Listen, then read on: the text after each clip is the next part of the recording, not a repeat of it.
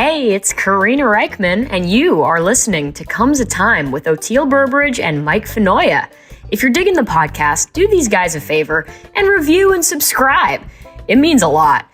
Be sure to follow the pod on social media, YouTube, and if you're joining for bonus episodes and exclusive content, go to patreon.com/comesatimepod and get on the bus.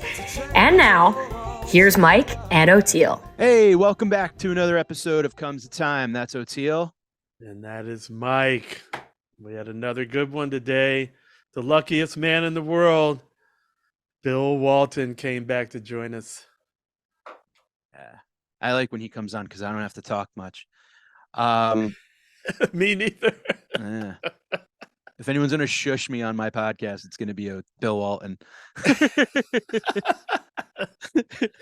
He's so great. It's so funny that we talked about this last time that he was on the podcast, but it's just so funny that he was a stutterer that was so bad he couldn't say hello or goodbye.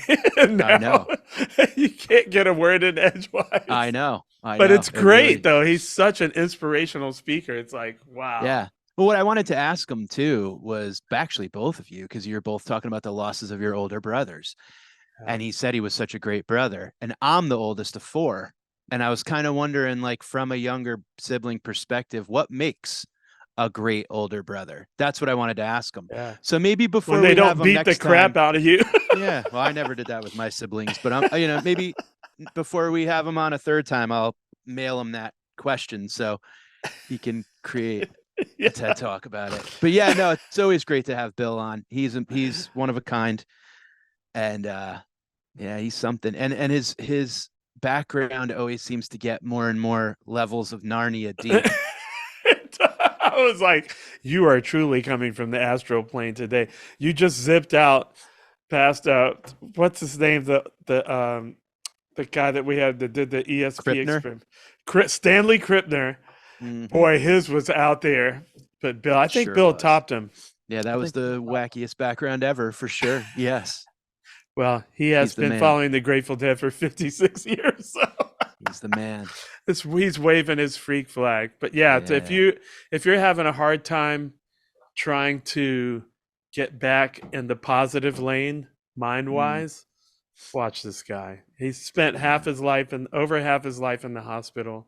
He's had so much physical pain that is to a level that I don't think I can even imagine. Oh, yeah. And he just is relentlessly positive. And I find that to be a superpower. I mean, I find it to be miraculous. So he's great for that. People do cameos and people do all that stuff. Bill should put out like a positive alarm for your phone. So in the morning, it's him going get up. It's a good day. The sun has risen. You know what I mean? He could really do a lot for people. They should be all Grateful Dead lyrics that just quote, right? Because he could do the lights all shining on me. I love when he does that during basketball. He's amazing. So great. Well, thanks, Bill. And thank you all for joining us again. If you're having a good time, share, rate, review, subscribe. We have merch like these handy dandy Comes a Time coffee mugs. Cheers, Oteil. Cheers. And you could get that. I don't know where you can get it, but you can get it. You can follow us at Comes a Time Pod on all socials. Subscribe to our YouTube channel, patreon.com/Comes a Time Pod. And thank you guys. Thank you, Bill. And we shall see you soon. Adios.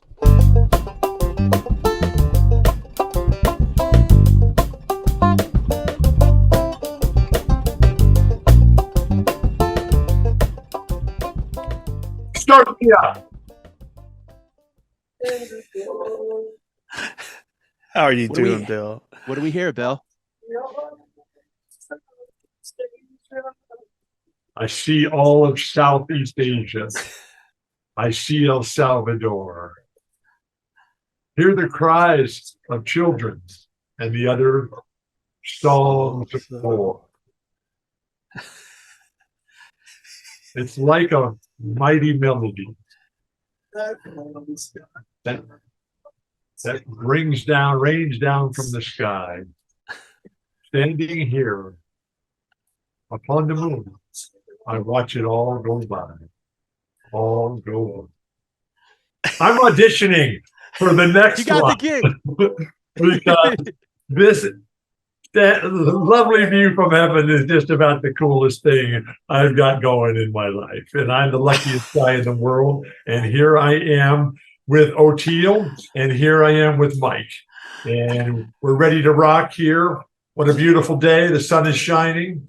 It's about 85 degrees where we live in San Diego today. And not a cloud in the sky. My wife is the most beautiful girl in the world. I'm the luckiest guy in the world. So what could be better? I'm here with Oteil and Mike. Comes the time. Yeah, baby. Thank you. God, Blind man needed that. There comes the time when the blind man takes your hand. Yeah. It says, "Don't you see?" I've got some. Now, is it don't you see or can't you see, or do you interchange them? I think I say can't. Can't. Yeah. Do you ever say don't?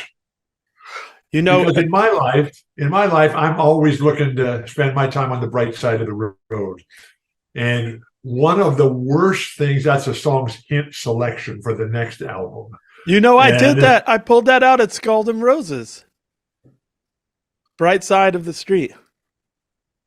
I missed your appearance this last year. 2 years ago was one of the low points of my life when I saw the frustration, the disappointment at Skull and Roses of not being able to get the equipment to work. Oh my gosh, please, where's Ramrod? And so here it was. This last year, you played on a Thursday night, I believe, or you played on Thursday night or Wednesday night. I can't remember now, but if you can't remember, how are we supposed to remember? But anyway, and it was just a wonderful experience. I was going to be able to play with my hero Oteil, but there was just a technical glitch that we couldn't get the sound to work. And it's very important when you're playing on a big stage with a huge crowd in the middle to close out the show as the featured artist that there's sound coming through the speakers. But it helps. Yeah. In true Grateful Dead form, the crowd stayed with you. And amazingly, there was no anger, there was no disappointment, there was frustration, yes, and sadness, but people stayed happy. And that is what makes the Grateful Dead as great a thing as I have ever had in my life. And I've been a Deadhead for 56 years here. And when I mentor young people who are always looking for the path forward, I always say, find something in your life like the Grateful Dead. Although there is nothing like the Grateful Dead. But find something that has a bigger purpose and a bigger meaning and a grander scope than just your own life and your own individual nature and dreams, hopes, and aspirations. But when you're part of a community, which the Grateful Dead certainly is, I mean, there are just endless avenues you can go. And a lot of them lead to the promised land, including lovely view from heaven. Oh my gosh. Oh, when you sent me that thing, my life has been fulfilled. My life is now complete. Blue high times, days between, mission in the rain, so many roads. Believe it or not, yes, I do. China doll standing on the moon. And then a bonus piece with Kofi. And how sad that Kofi's gone 4 years now, but 4.5 years. But I lost my brother too. And so I understand what that is like. When did you lose him? Kofi is your younger brother. Older. He's older. Brother. Okay. I lost my older brother too. And he was the perfect older brother. After he matured and grew up a little. When we were very young, he was a bully and a thug, and he would steal my food and pound me to the ground. And then he would kneel on my shoulders and let all the neighborhood dogs come and lick my face and everything. Wow. And then when I was able to beat him in basketball, he was a football player, right? Nice. He and I are the only brother combination. Hold on there, Mike. He and I, Sorry. Bruce and I are the only brother combination in the history of the world to have played in the Super Bowl and won an NBA championship. And so he ultimately became the perfect big brother, as I hope he was to you. But then he died of football. You know, football is a very, very sport. But I used to be able to beat him in basketball almost from the very beginning. And basketball was the easiest part of my life. Academics were second. My challenges have been orthopedic health and my speech impediment. So I'd be torching Bruce out in the backyard where I built my own court. I built the court. I got a shovel and a pick and a hoe. Put up there to level it out. When I talked to my dad, my parents had zero interest in sports, zero. Your parents, they got you going into music, right? That's what my parents loved. My dad loved music. But one day I heard from a friend at school that they were going to tear down their basket at their house and throw it away. And so I asked him if I could have it. So I talked my dad into driving the car over to their house, which was right next to the school. And we put the basket and the backboard in the back of the station wagon, drove it home. And then I put the whole thing together. And then I started torching Bruce. And he had no answer other than to smash me into the pampas grass. And so the pampas grass is a plant that has many uses, as a lot of plants do. But the problem with the pampas grass is that it's when you go into it, it's no problem. When you try to get out, it cuts you all up. It's got the reverse angle duration to it. Like shark skin. Oh my gosh. Let me clear my throat here. Excuse me. Not a good beginning, but we're trying. And so my brother would just send me into the pampas grass, and I'd come out all bloody and crying and everything. And my mom would come out on the back deck, and she'd be making dinner. And greatest parents ever. She'd look at Bruce when she'd have a big spoon in her hand. She'd look at Bruce. She said, "Bruce, if you don't quit beating up Billy, I'm gonna have to call the police on you."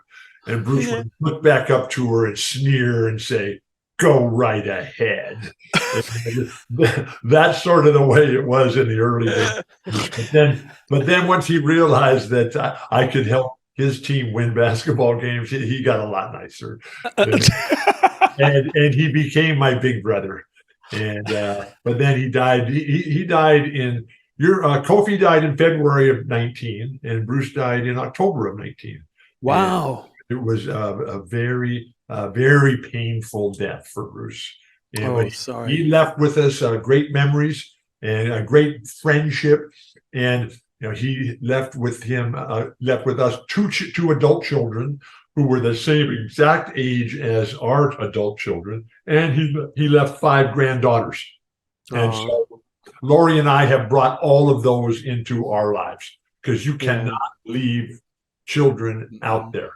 And you cannot leave grandchildren out there. We're family people, and the Grateful Dead, the family. I mean, it's all rolling into one. Stella Blue, the Broken Angel sings through my guitar. It's absolutely incredible. And then how it's all played out. And we got to spend a lot of time yesterday at one of our son's houses here in San Diego. He just moved back here for the first time in 27 years. Oh, you must love that. Oh, it's fantastic. He's a very successful business guy, and he's been all over the world. And he just realized that San Diego, it's nice here. Yeah. Come back home to Papa. Yeah, so it was fantastic, and it had the grandchildren running all over and yelling and screaming, everything. It was very, very nice. And one of the things, back to Bruce, is that the Grateful Dead, Rhino Records, Mark Pincus, David Lemieux just released Dave's Picks 48. And like with number 5, I wrote the liner notes to number 48 because this was from November 20th, 1971. I was a sophomore in college. I was 19 years old, and the Grateful Dead came and played at UCLA at Poly Pavilion, our basketball gym. And so they had me write the liner notes. And so while our basketball team was setting all these incredible records that still stand to this very day, and all the other sports were overwhelmingly successful, except for the football team, which Bruce was on. Bruce was a scholarship player. I was a scholarship player in basketball. And but while the football team was not exceptionally great, they were okay. But there was 6 guys. Bruce was part of a very social, outgoing, vivacious group of people that was anchored around the football team. And they had guys like Angelo Mazzoni, who was the trainer, Damon Zumwalt, who went on to this incredible career in security, and then Mark Harmon, Barry Axelrod, Frank Marshall, and Bob Geddes, who all hugely successful in the entertainment industry. And those guys kind of ran the whole school there. And it was fantastic because I got to tell that story in a public forum, because when I turned in the liner notes, I always, I do a lot of writing and a lot of speaking and a lot of everything, content creation.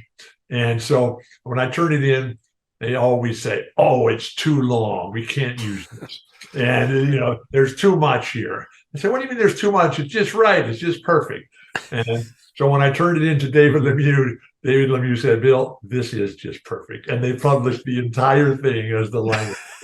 Dave's Picks 48. We're very proud of it. And it's great to be able to credit and recognize the people who all made it happen. Like Oteil Burbridge, like Mike on the Comes a Time podcast. Thank you. You're amazing. So when are you going to sit down and start working on the next volume of Lovely View from Heaven? But I'm only going to guess that you're going to have a different name to the next album. Just a guess, and you probably have different songs. I had to always contain myself with the Grateful Dead about, and they will laugh when they hear this. They'll scoff at this statement. When I had to restrain myself from suggesting venues, suggesting songs, I have dialed that back quite a bit, because while I used to care where they played, I used to care what they played. Now I only care that you guys play at all and how you play. And you're fantastic at the way you play. The last tour, the final tour, oh my gosh. Lori and I were scheduled to go to all 31 of the shows. And then just before the final tour started, something happened and we couldn't go to any of them. And so we were just like heartbroken and devastated, but we dealt with it and we tried to find our way, so many roads to ease my soul, trying to make the best out of the worst. And so, but then just a couple days before the final 3 in San Francisco, the skies opened up and we were able to quickly get up there to San Francisco and go to the last 3 shows. And it was absolutely over the top wonderful. And I got to see your wonderful wife and your baby out there in the crowd, and some of our sons were there. We knew so many people there. It was just fantastic, and it was 56 years of my life, and here it was, the Grateful Dead, bigger than ever, better than ever, more professional than ever, and more successful than ever. And I'm scratching my head so much. That's why I'm bald these days. I'm scratching my head saying, okay, they're bigger and better and more successful than ever. Why are they stopping this? I don't know. It just, some things are beyond my comprehension, but I understand you guys are going to Mexico and you're going to started all back up.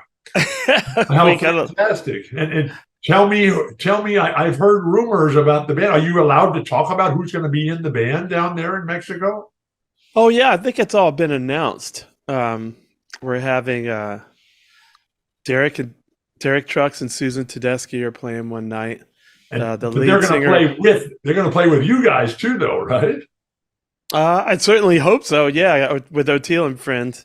And Yeah, then you're going to have a guitar player to take John's place.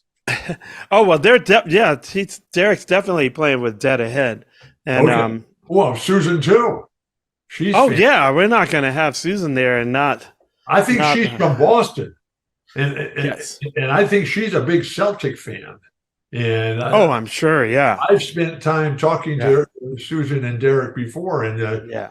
I think she has very strong affinity for Boston and the Celtics there.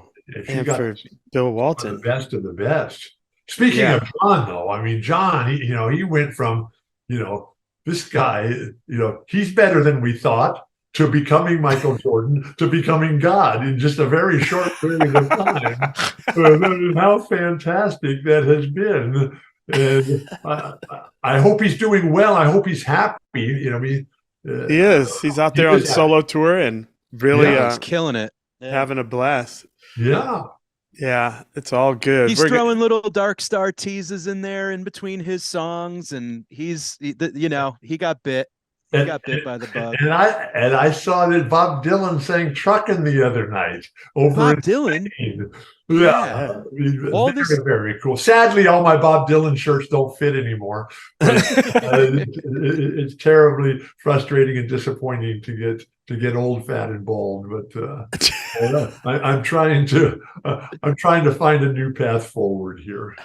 Well, your spirit is so intact. That's why we wanted to have you on so much. Right before you came on, I was like, I'm so excited to just get a spiritual boost, a spiritual shot in the arm. You got the equation wrong. You are the spiritual boost. When you sent me this initial thing, which I figured out was called "A Lovely View from Heaven," which was an album, and I whoa, my goodness! I started playing it, and it's like the dream come true. And because all the songs that you chose were just so powerful and instrumental. And I've seen that you have told the story about how important this was. I couldn't figure out why you went to Iceland to record it. I couldn't figure out. I couldn't either. But Iceland is one of the most spiritual places on earth. And it was all good. When you look at just what's happened with Maui and Lahaina burning down, we have a lot of family members in Lahaina that lost everything. It was just tragic. A lot of friends. We've been going over there forever.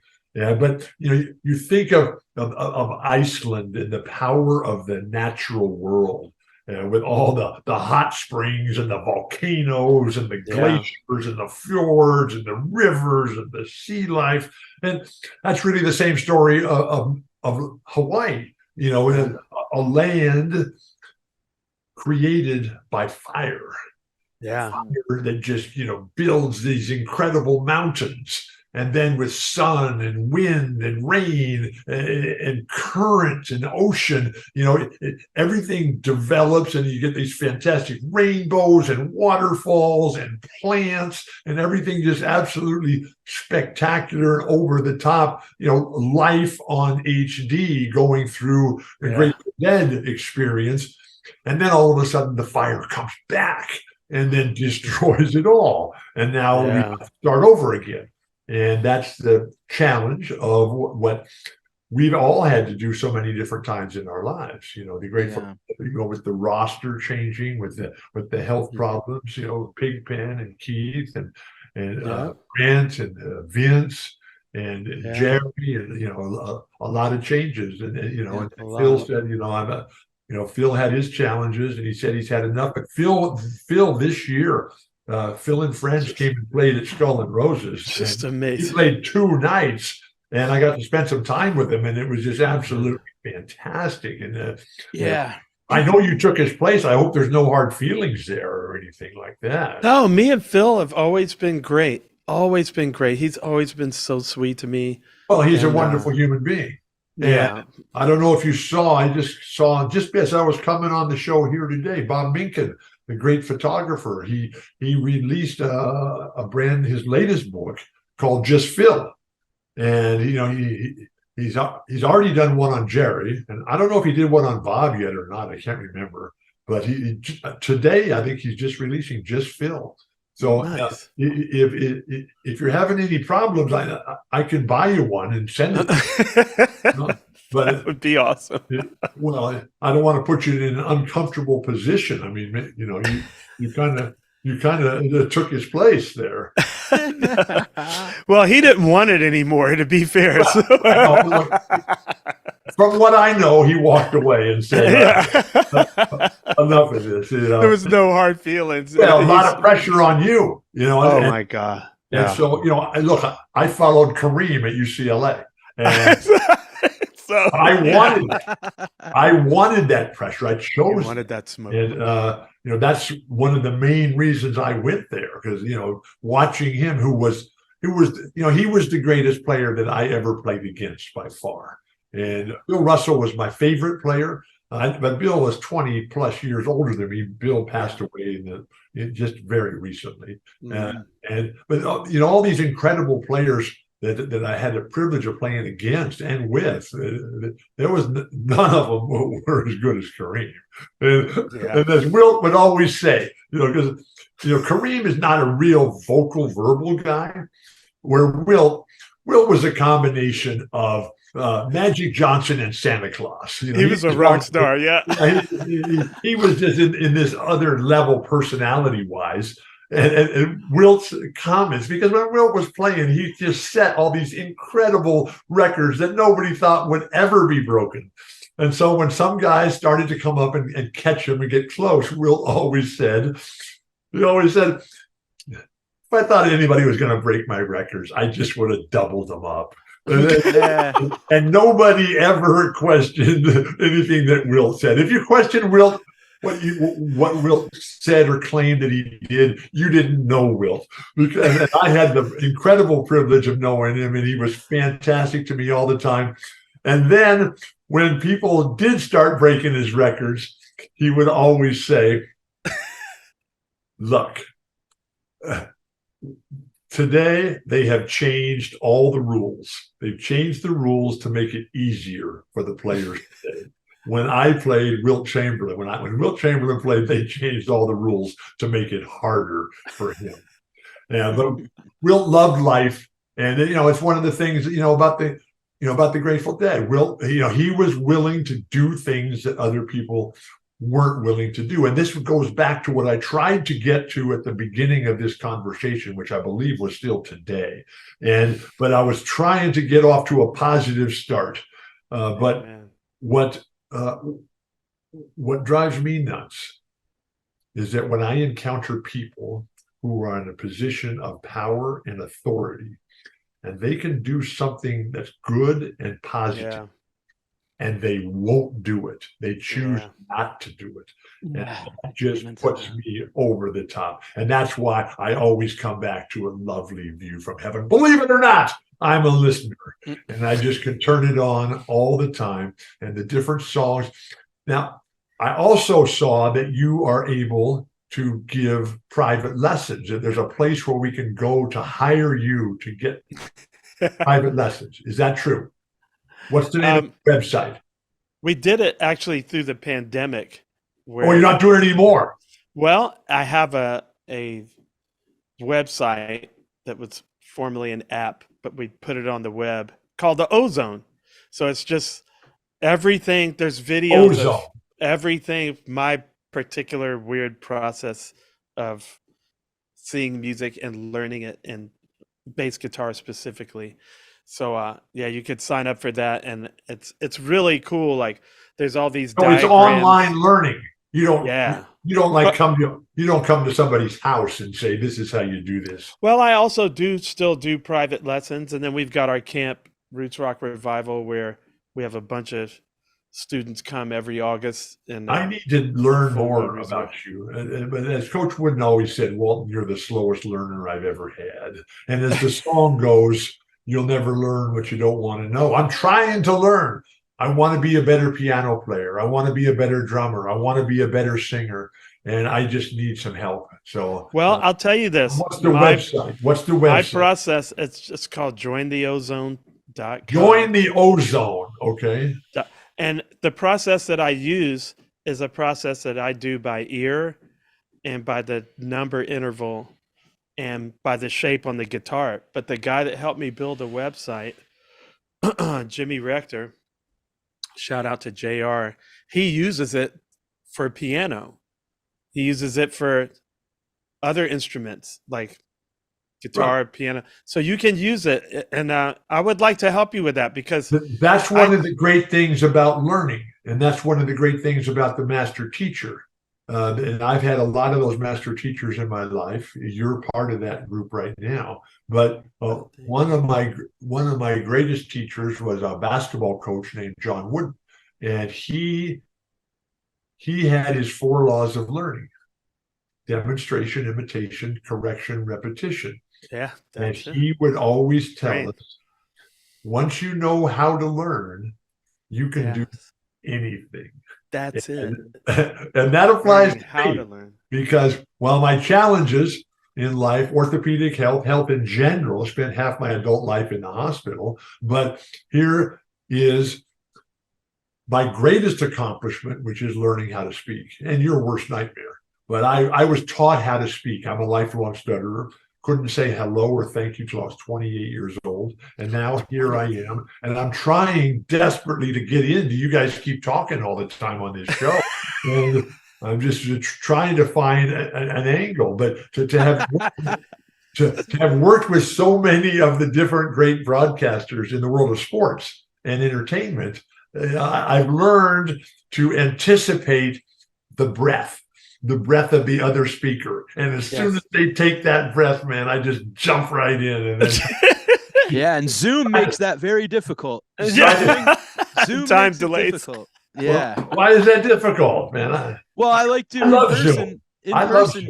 You like Zoom. I like in person. I like to sit with the person and feel it, Yeah, but you guys aren't in San Diego and I'm not where you are. So I'd prefer it if we were in the same room. It doesn't mean this is bad, but I definitely, you adapt and react for sure. But how much more we can get done. Oh, 100%. Yeah, very much so. What drives me crazy about Zoom is that every time you log on, they've got a new update. Totally. It's like, what are you updating? It's been perfect, right?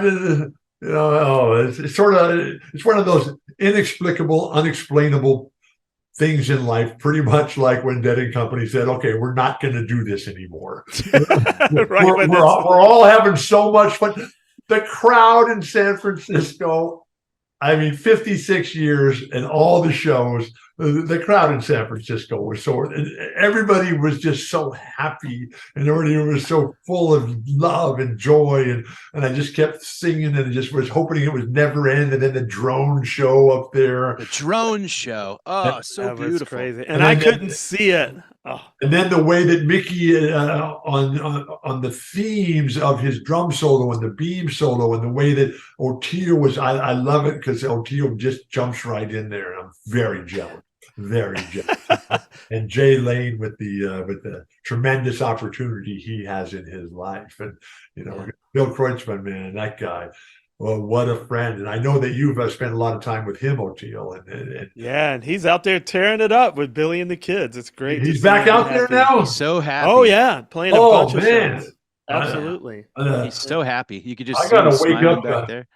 I got to wake up to find out what the morning song is going to be, man. Dude, you're so busy all the time. One thing I want to ask you, Bill, is when I've watched your 30 for 30, which I've got ESPN Plus just for that, just so I could watch it. Oh, be sure and tell them that, man. Maybe they'll give me another time on the air. Who knows? Yeah, it was so amazing. But the thing I knew about a lot of, that you had spent half your life in the hospital.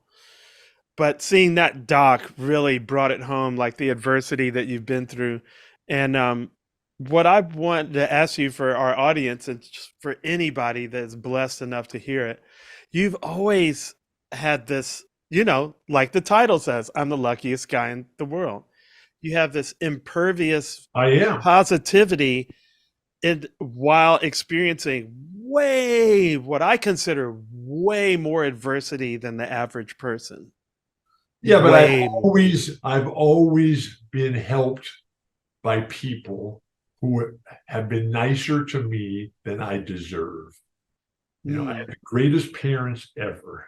Zero interest in sports, but my parents, they cared about me more than they cared about themselves. Yeah. And so they sacrificed. Lori's parents who sacrificed everything. These people who grew up through the depression of the 20s and the 30s, and then World War II, and the madness that we see in the world today, and the violence and the war. And how about giving peace a chance? How about giving opportunity, fairness, equality, inclusiveness a chance? And then I found sports when I was 8 years old, and I had no idea. I just thought, because we had nothing, but we had everything. And I got a bicycle when I was 5 years old. I made my own skateboard, and then when I was 8, I found basketball, and ultimately all sports through this most remarkable coach that I had. And he was our town's fireman. And now San Diego today is the 8th largest city in the country, and is just overwhelmed with everything and just endless problems and terrible leadership. But in those days, it was a California dream, and we just we thought we had everything. I mean, every day was just 80 degrees and beautiful and sunny, and everybody was nice. And then I found my first coach, who was a volunteer. He was a volunteer at our elementary school for 59 years. And when he died a few years back, I can't tell you if he knew anything about sports, but he sure knew life. And he was the richest guy I've ever known. And then just a year or so after that, I found Chick Hearn on the radio. And Chick Hearn was the Laker broadcaster for 40-something years.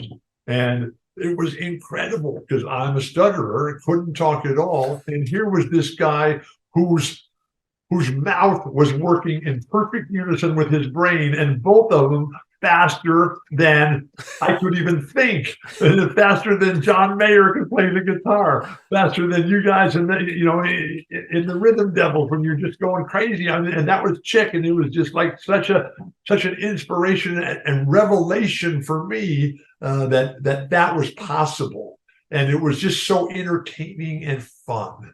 And then shortly thereafter, I found UCLA and John Wooden.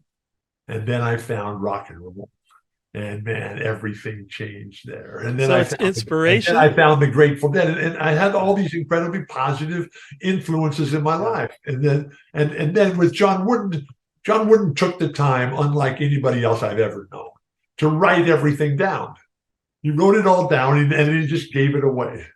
And he was an English teacher by profession. There's still tons of great people out there in the world. You just got to find them. Because everything ultimately, you can say that it's about this or that or whatever, but ultimately everything comes down to leadership, the ability to construct and build a team, and then to develop champions. But that also requires a series of choices, decisions, and living a life of honor. And so when I first started to become famous, when I was 15 years old, and everything I did and everywhere I went, was in the newspaper, was on the television, and pointing at me and asking me and everything, and I had to make a choice. And I said, okay, I can let this ruin my life, or I can let this make my life better. And I tried to make that life better. So now nobody has made more mistakes than me. And one of the things that I tried to get across in Luckiest Guy in the World Now, bear in mind that while I tried my best on Luckiest Guy in the World, I was not in charge. And someone else was in charge of the narrative of that show, Steve James, who was the director. And we want to thank ESPN and the NBA for rescuing it and getting it going and getting it finished and getting it on the air. And because I've had an overwhelming number of positive comments. I'm sure. Really incredible support and encouragement and gratitude, which is really the type of life that I want to live. But when I joined the NBA, I mean, I did not know how to play in the game of life. Yes. I was injured all the time. Yeah. And I couldn't talk. I could not explain myself. I could not express myself. And so everything was out of my control that I could have hopefully made it better. And when I think back of all the different things that I would do different today, and at the top of the list is learning how to speak earlier. I was taught how to speak when I was 28 by a broadcaster, Marty Glickman.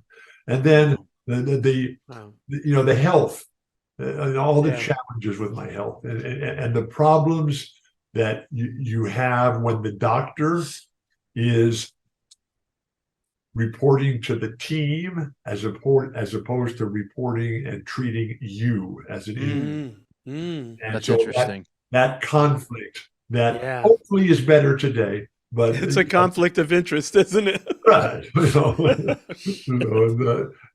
Anyway, but my health is great. I'm doing fantastic. I've got 39 orthopedic operations, tons of other soft tissue operations, and both my ankles are fused, both my knees are replaced. My hands and wrists don't work. Broke every bone in my hands and wrists, and my spine has been completely rebuilt and reconstructed and replaced. And then look at my face. I mean, please. That's beautiful. To me, I had my nose broken 14 times. I had my front teeth knocked out 10 different times. And for those of you still lucky enough to play basketball, don't play defense with your face. This is what. And you got the. And look at the beautiful wife you got. Wow. I'm the luckiest guy in the world. I tell you, you don't believe me, man. I do, but I am a believer. I am a believer. I wake up every day and I can't believe Lori's still here. Oh my God.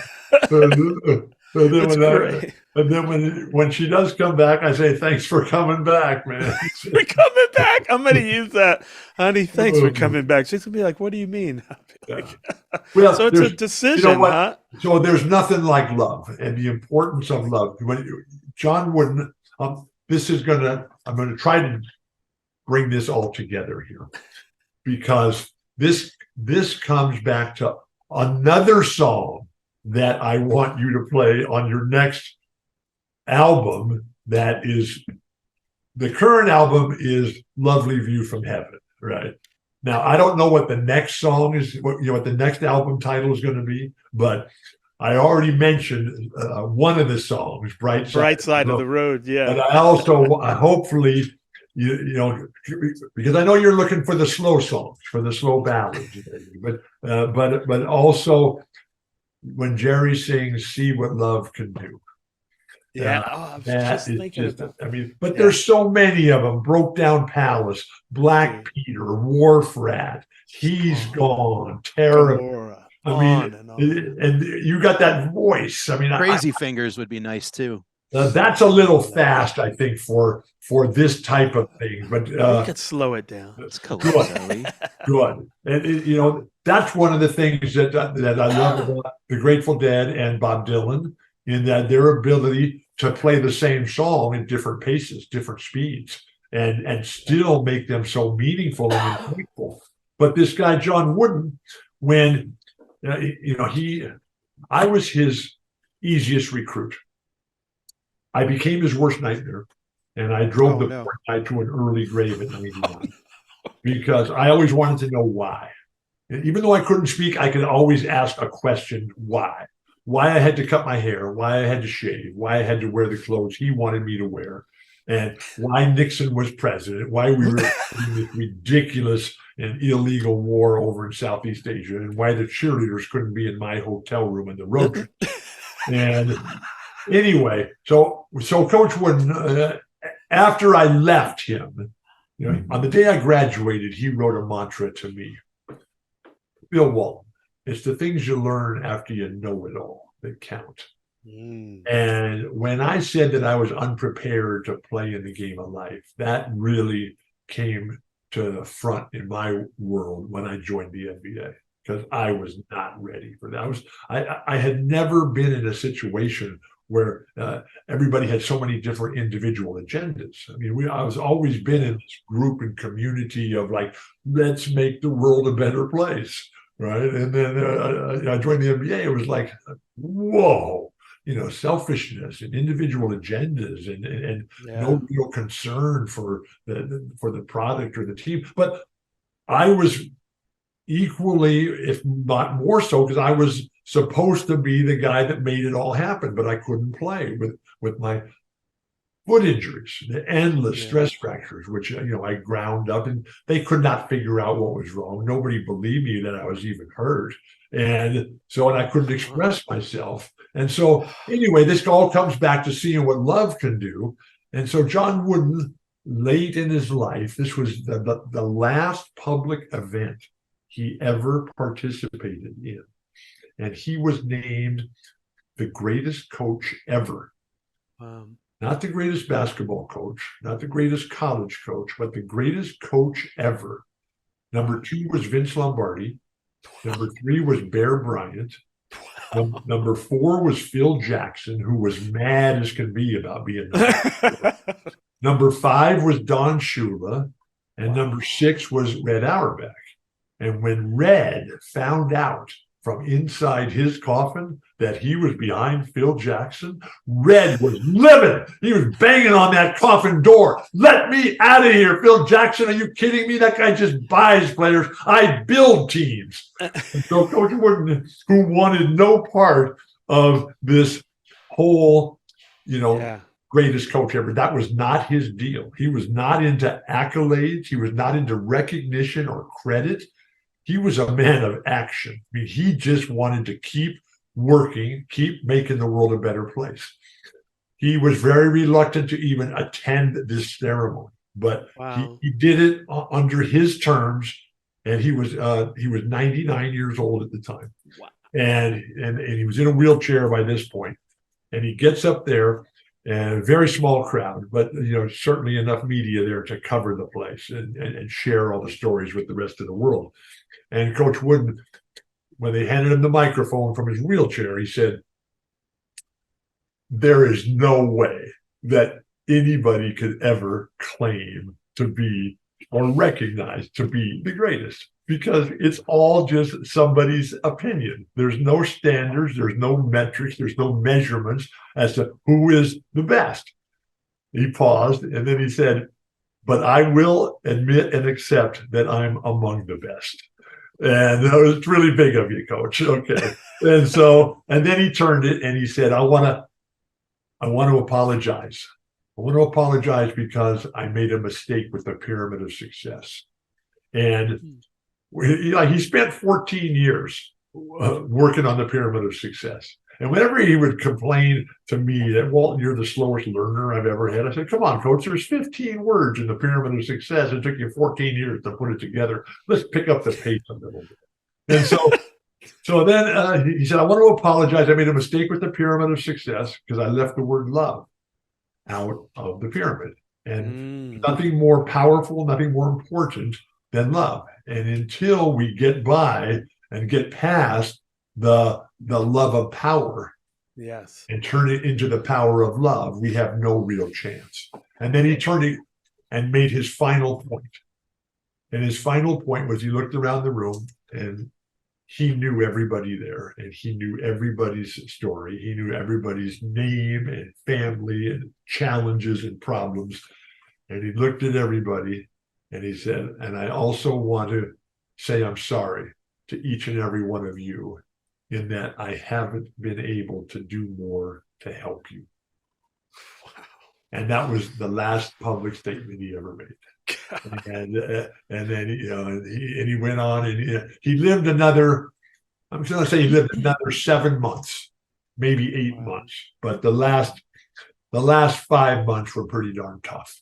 And Wow. he was just a very, very special person. And he was. How I don't know about you, Orteil, but I'm always sick. I'm always sick of something or somebody. And so whenever I am really sick, I make sure I get to a Grateful Dead concert as soon as I possibly can, because I immediately get healed, and the positive vibes and the optimistic look to the future, and the hope and the joy and the happiness that just is pervasive around the Grateful Dead. And so, here it was. I was with this guy, for 43 years, the last 43 years of his life. And, but I did drive him crazy. And I had to apologize to him when I was 21. And told him I was going to quit causing him grief and consternation. And I tried my best, but it was tough. But that very last day, the very last day when he was still in control, because Lori and I and our teammates, we'd get up from all over Southern California, and all the players who played for him, and we would drive and meet at his breakfast spot at 7 a.m. We'd leave at San Diego at 4 a.m.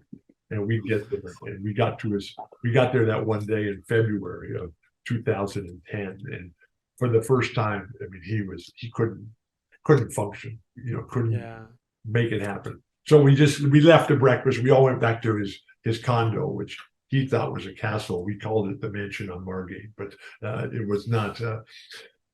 Anyway, it was his home, and so I quickly got my phone.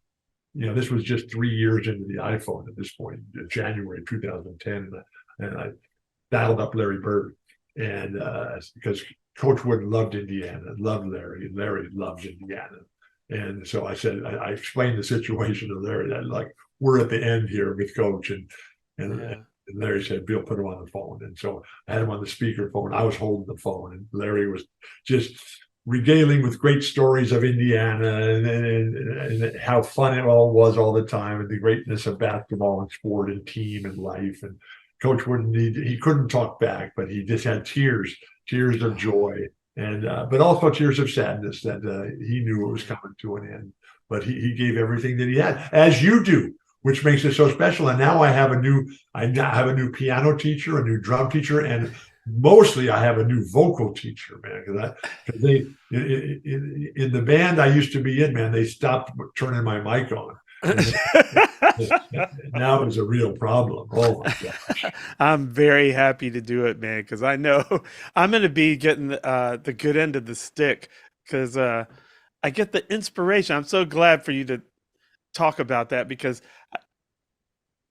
it's people is usually what gets me down. When you see the war, when you see the lack of leadership, but then it's people that get you back up. And you see the anger, and the hatred and the selfishness and the greed. Yeah, it's just drives me nuts. And then the music starts, and it's like, I'm healed. This is for me, like, 'cause sometimes the music doesn't heal me. I think it's starting to come back for me a lot, because with my dad and my brother passing, I'm realizing how all that I got from them, like all the music, all of it. My mom some too, but with them gone, so I'm like kind of reliving my musical past in some tears and stuff, and I'm realizing how much it gave me. But as an adult, a lot of it has been other people like you, Bill, that like remind me, like, yeah, whatever problems you have, they're like you need to set your standards higher, man. I'm one of the broadcasters for the college basketball tournament that is always held in Maui over the Thanksgiving weekend or week. But Maui burned down. And so, but it's coming back to life. And the tournament is going to be held in Honolulu this year. And Honolulu is a different place than Maui. It's beautiful in its own way, but it's also a huge city, and I like a life in nature. I like space and flowers and mountains and volcanoes and rivers and rainbows and sunsets and sunrises. And so it's going to be in Honolulu this year, but we're going a couple days early, and we're going to go to Maui because the big banyan tree right there on the waterfront is showing signs of life, of coming. It's I think it's 150 or 60 years old, this tree, and it's just massive. If you've never been there, you just Google it, the banyan tree in Lahaina. They thought it had died. I mean, it was the landmark right there on the waterfront, right in town. This massive tree with birds and everything. I mean, it was David Crosby and Larry Bird living up in the trees, and it was just phenomenal. And they thought they had lost it because the fire just came in and destroyed everything. But now they've come in and they've seen signs of life, and so we're going to be going there. And as life comes back, I mean, it's like when you guys leave the stage at the end of the final tour, and it's like, oh my gosh, what are we going to do now? And then not long after, you say, well, we're going to Mexico. Let's go. We changed the roster up a little bit. We're going to do things a little differently, and let's get going, and let's bring the family back together. And there's nothing like it. And it's like I'm nature. the luckiest guy in the world, You are. And you remind me that I am. That's what's so great. You don't believe it, but I'm trying to convince you. I need to work on my persuasive abilities. I think you got that down. But I just know that you can just stand there and just. I try to be a human forklift. I try to be a human solar panel to lift people and things up, to put them in better places, and then to take all that natural energy and just turn it with an inverter, me being the inverter, and just send it right back out. You do it very well, and you've done it for me a number of times, including. Well, how come you only have 9 songs on this album? Because it was vinyl. So the whole. What does that mean? Well, in the old days of records, you could probably. I remember records. Yeah. You'd be lucky to get. Well, if you were into jazz, you'd probably be lucky to get 4 songs on there. But you get about 8 songs on there because you run out of room because of the vinyl. It's not like digital where you can have an album with 18 songs. And it still took a double album to do it. But I wanted that thing. I wanted to bring people back. I mean, you can get it on platforms, but I wanted people to hopefully bring it back to the old days when you had to put an album on. And you put it on the beginning, and you listen all the way through one side, and then somebody brought us a record player. So, is this available on vinyl? Yeah. Oh, yeah. That's is it available on CD? Is it available on CD? I think it actually is available on CD, although I don't know who's using them anymore. Like, I don't have a CD player anymore. Mike, do you have one? I don't even have a CD player anymore. Our car doesn't even come with a CD player. Yeah, my car doesn't have a CD player. Oh my gosh. I have a record player, but not. I have a record player. Somebody brought us a record player recently, but I don't know how to use it. I don't. You forgot to use it. Come on, get out of here. I don't know how to turn it on. Oh my gosh. Well, yeah, you definitely can get it on vinyl, and you can. So get how's Derek Trucks doing? Now you must have played with Derek and the Allman Brothers a ton, right? Absolutely, and in Tedeschi Trucks Band, I started that band with him 13 years ago. And with my brother Kofi, and they're doing great. We just had them on the podcast, and Derek and Susan are coming to Mexico. I'm hoping to get in that water and do a little snorkeling or scuba diving or fishing or whatever we're gonna do. And when Lori and I go to Hawaii for the Thanksgiving basketball tournament, college basketball, I'm gonna get in that water. Yeah, man. Yeah. Nice. I'm so glad to see Hawaii, you back and smiling. 80-degree weather, 80-degree water every day. Every day. Let's go. We're sad that we don't get to go to Mexico, but that's just. I'm sad about that that's too. Just the way I've never been to what you guys do down there in Cancun and the Yucatan and everything. It's just that's not the life I have. these days. No, But you're so busy, dude. We're so grateful that you took the time out of your. I am busier than I've ever been. It's Ever. amazing. It blows my mind. It blows my mind. Uh, You're my hero, and I aspire to be like you, although not as busy as you. But well, I love work. And Yeah. because the more work I do, the more good things I can try to do. yeah, The more things I'm involved with, the more good things, more good results I can try to impact and impart. you've got that wooden philosophy. The more I do, the more good I can do. Right, and then like Wooden, he worked till the day he died, and Chick Hearn the same way. These guys, and I'm the luckiest guy in the world. I believe it 100%. And we appreciate you so much, man. Coming to spend an hour with us on Comes a Time again. It's not an hour, is it? No way. Yeah. Dude, Where it goes did- super fast whenever you're on with us. It's Where like, did the boom. time go? How does the song go? Yeah. Oh my God. I wonder how many people listen to your broadcast over the years where all those Grateful Dead references just went right over their head. I never do that. No, Yeah. I'm just mainstream. I just come right down the middle. Yeah. Yeah.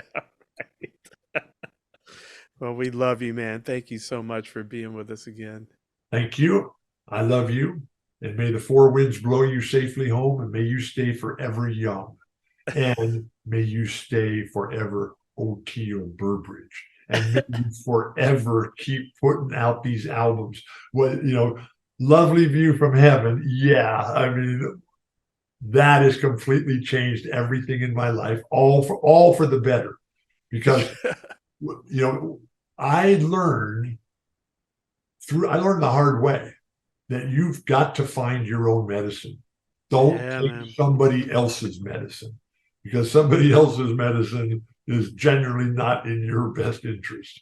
So I found my medicine to be participation in the physical activities that I can do, which these days, as I close in on 71 next week, but the participation, like riding my bike, going in the swimming pool or the ocean, if it's warm enough, like in Hawaii, and then listening to the music play, just turn it on. When I was in my darkest days and it wasn't happening, I forgot to turn the music on. And so what I ended up doing was taking a big sheet of paper and write it down in big, thick, black felt pen. Turn the music on. And so then I would sit down and I'd see the sign. Oh, okay, I got to turn the music on. And now I know exactly what to turn on. Lovely View from Heaven, Stella Blue. Yes. It all rolls into one, but nothing comes for free. Nothing comes High for free. time, the days between, as the world grows dark and mean, the mission reign. Some folks would be so happy to have just one dream come true. Yes. And then so many roads to ease my soul. Believe it or not, I do believe it. Yeah. And then shine the home. Yeah. Yeah, it's only broken. It's only fractured. What a song. It's standing on the moon, crimson white and indigo. And then you come back with your brother. How cool is that? We have a shrine in our house to my older brother and his children. His grandchildren now are getting to the age of, tell me about my real grandfather. And so I have the stories. And that's nice. I edit them.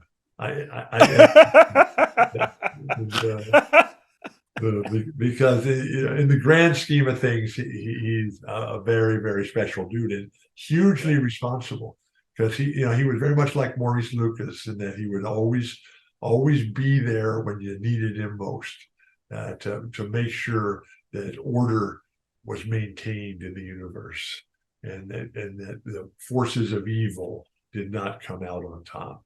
And so I'm the luckiest guy in the world, never more so than I have been asked to come back to the Comes a Time podcast. They also wrote a song. The Grateful, your buddies in the Grateful Dead, they wrote a song about me in the early days. Wherever he goes, the people all complain,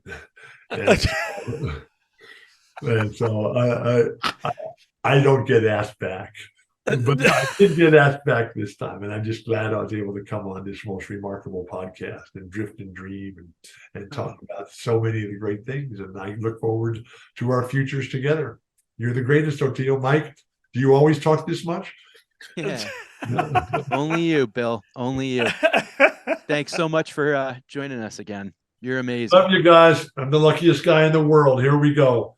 So many roads to ease my soul, trying to make the best out of the worst. You do it like no other. Love you, man. Love you. See what love can do. Find the bright side of the road from the dark end of the street. See you on the bright side of the road. There we go.